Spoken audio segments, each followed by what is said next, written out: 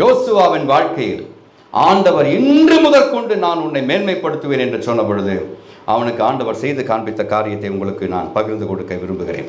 யோசுவாவின் புஸ்தகம் 3வது அதிகாரம் 7வது வசனம். கர்த்தர் யோசுவாவை நோக்கி, நான் மோசையோடு இருந்தது போல உன்னோடும் இருக்கிறேன் என்பதை இஸ்ரவேலர் எல்லாரும் அறியும்படிக்கு இன்று அவர்கள் கண்களுக்கு முன்பாக உன்னை மேன்மைப்படுத்துவேன் என்று கர்த்தர் சொன்னார்.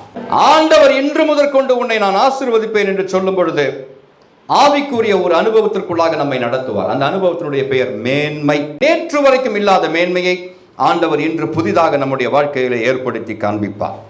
மோசே என்னும் தேவனுடைய பக்தன், தேவனுடைய ஊழியக்காரன் இருந்த வரைக்கும் யோசுவா எப்படிப்பட்டவனாயிருந்தான்? மோசேயினுடைய ஒரு உதவியாளனாக மட்டுமே இருந்தான்.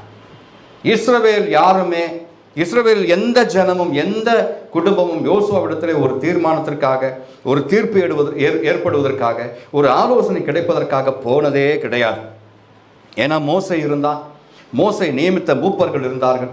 இவர்கள் போதும் என்று ஜனங்கள் எல்லாம் இருக்கும் பொழுது மோசே மரித்து போனான். And Moses was no more. மோசே மரித்த பிறகு யோசுவா தான் ஜனங்களை நடத்த வேண்டும் என்று கர்த்தர் இவனை எழுப்புகிறார். திடீரென்று யோசுவாவினுடைய வாழ்க்கை மாறுகின்றது. நேற்று வரைக்கும் he was Mr. Unknown, and if at all people knew him as Moses' assistant. மோசேயினுடைய கூஜாவை தூக்கி கொண்டு வருகிறவன் என்றே யோசுவா அறியப்பட்டிருந்தான். அதை நான் கீழ்த்தரமாக சொல்லவில்லை. he was simply an assistant of Moses.